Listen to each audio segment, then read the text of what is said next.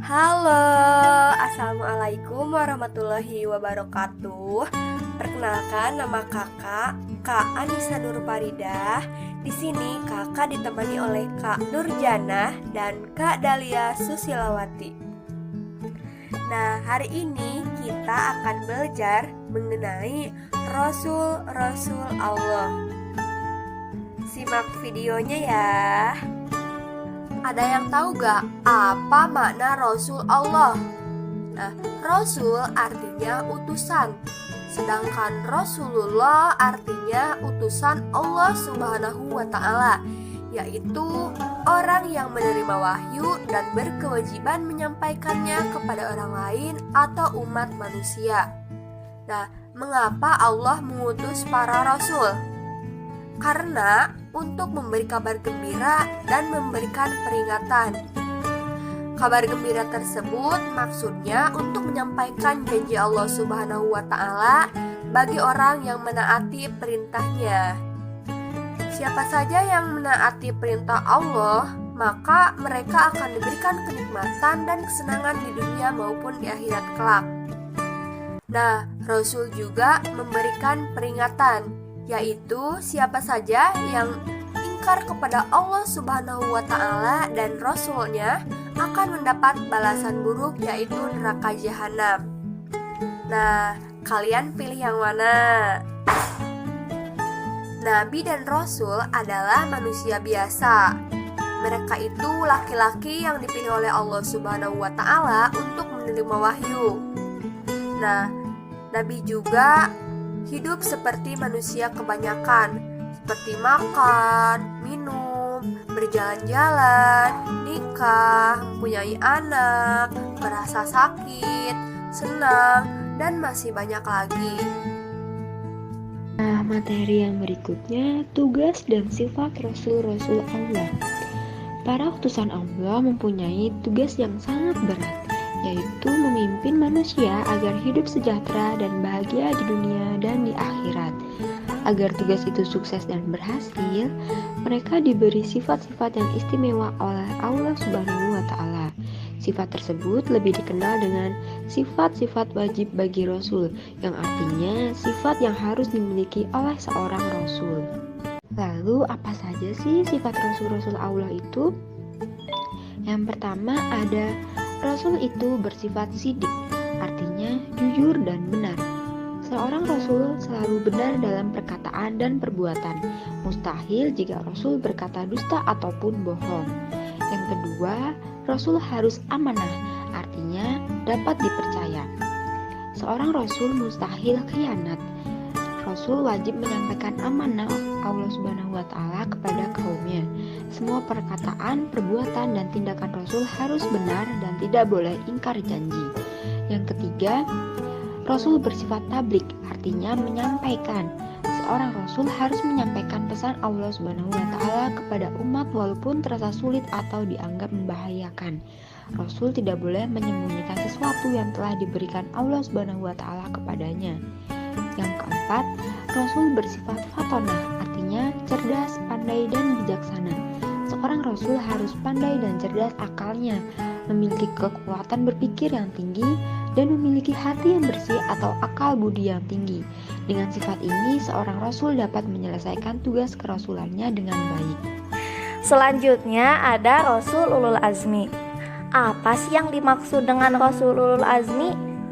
Ulul Azmi berasal dari dua kata, yaitu ulul dan al-azmi. Ulul atau ulu atau uli memiliki arti mempunyai atau memiliki, sedangkan al-azmi memiliki arti teguh atau tekad yang kuat. Ulul azmi berarti memiliki keteguhan atau tekad.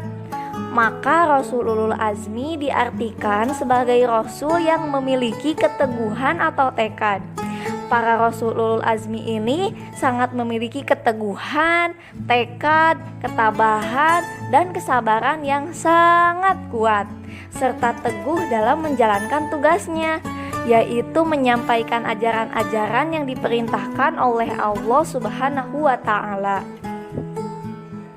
Lalu sebenarnya ada siapa sajakah Rasul yang termasuk ke dalam ulul azmi? Nah, Rasul ulul azmi terdiri dari 5 Rasul. Yang pertama ada Nabi Muhammad, lalu Nabi Isa, lalu Nabi Musa, Nabi Ibrahim, dan terakhir Nabi Nuh. Oke, yang pertama ada Nabi Muhammad Shallallahu Alaihi Wasallam.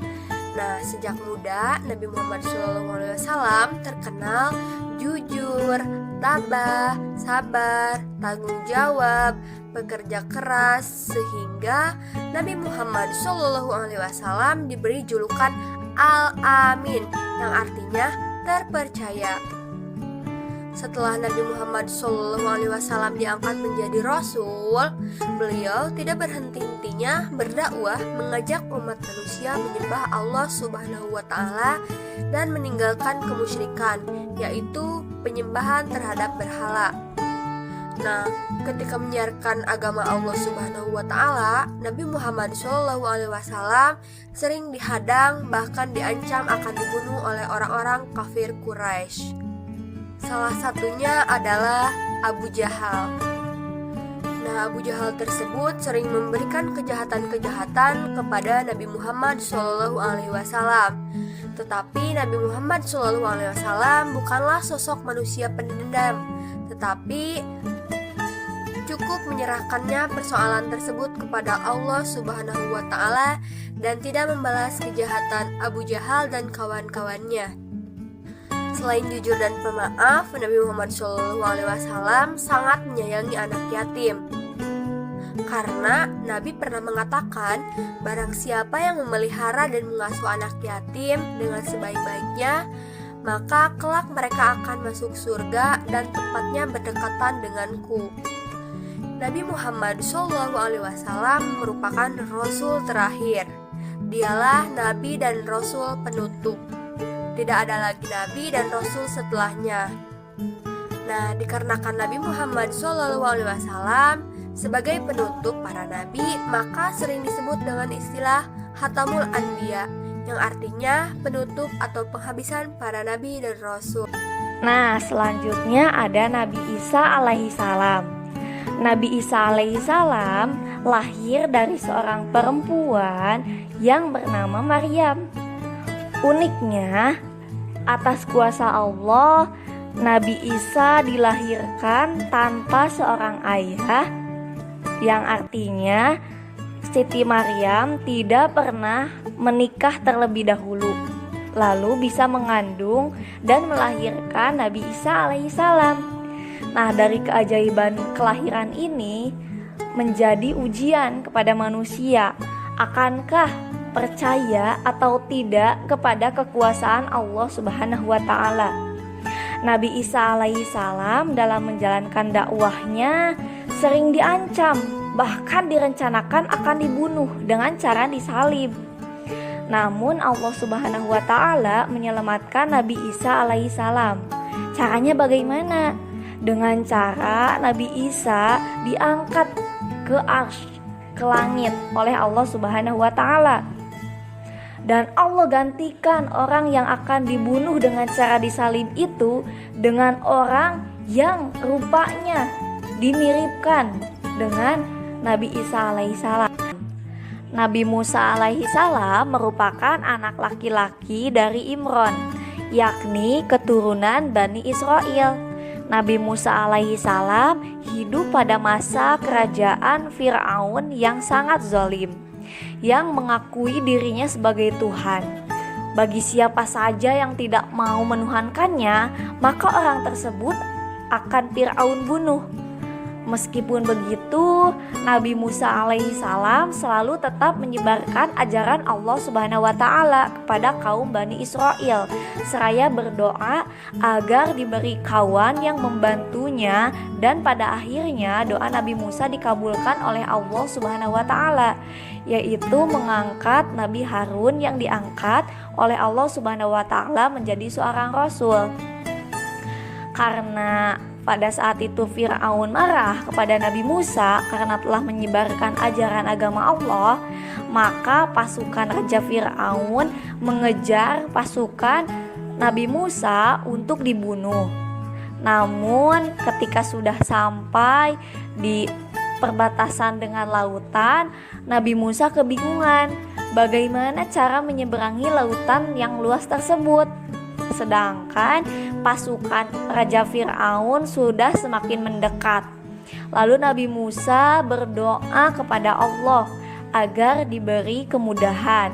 Lalu Allah memerintahkan Nabi Musa untuk memukulkan tongkat yang sedang dipegangnya ke air laut itu. Dengan izin Allah dan atas kuasa Allah, laut tiba-tiba terbelah hingga rombongan Nabi Musa alaihi salam bisa melewati lautan itu. Sedangkan pada saat pasukan Raja Fir'aun akan melewati lautan yang terbelah itu, tiba-tiba airnya kembali seperti semula. Dan pasukan Raja Fir'aun pun beserta Raja Fir'aun tenggelam di lautan merah tersebut. Nabi Ibrahim ini merupakan anak Azar, yaitu tukang membuat patung-patung untuk dijadikan sesembahan. Nabi Ibrahim ini hidup pada masa Raja Namrud yang sangat zalim, musyrik, dan kufur. Nabi Ibrahim juga pernah mengajak Raja Namrud dan kaumnya agar beriman dan menyembah Allah Subhanahu wa Ta'ala, dan mereka meninggalkan menyembah berhala. Nabi Ibrahim juga mempunyai mukjizat, salah satunya yaitu tidak dapat terbakar oleh api. Nah, sebelumnya dirinya dibakar oleh Raja Namrud. Nabi Nuh alaihi salam yang merupakan keturunan ke-10 dari Nabi Adam alaihi salam. Nabi Nuh mengajak manusia agar menyembah Allah Subhanahu wa Ta'ala dan melarang memperhambakan diri kepada selain Allah. Tetapi manusia di masa itu tidak mengacuhkan seruannya. Seruan Nabi Nuh mereka sambut dengan cemooh dan ejekan. Selama 950 tahun Nabi Nuh menyiarkan ajaran Allah, tetapi umatnya tetap saja ingkar, termasuk anaknya sendiri yang bernama Kanan. Akhirnya Tuhan menurunkan kepada mereka siksaan yang berupa banjir besar. Hanya sedikit orang yang selamat dari banjir besar. Mereka yang selamat adalah para pengikut Nabi Nuh alaihi salam. Mukjizat yang diterima oleh Nabi Nuh alaihi salam, yang pertama ada usianya yang sangat panjang mencapai 950 tahun. Kemudian Nabi Nuh bisa mendatangkan azab kepada kaumnya. Lalu Nabi Nuh bisa membuat kapal yang besar untuk menyelamatkan kaumnya yang taat. Agar tidak lupa, kalian bisa menggunakan singkatan Mimin yang artinya Muhammad, Isa, Musa, Ibrahim, dan Nuh. Ada teguh dan sabar ketika belajar. Yang kedua, teguh dan sabar ketika beribadah, misalkan pada saat mengerjakan sholat, puasa, dan juga ibadah lainnya. Yang ketiga, ada mengerjakan tugas-tugas sekolah. Jadi adik-adik ketika mengerjakan tugas-tugas sekolah harus dijalani dengan teguh dan juga sabar ya. Jangan mudah putus asa dan juga emosi. Lalu ada teguh dan sabar mematuhi orang tua, teguh dan sabar dalam bergaul, tidak cepat marah, lalu mematuhi aturan.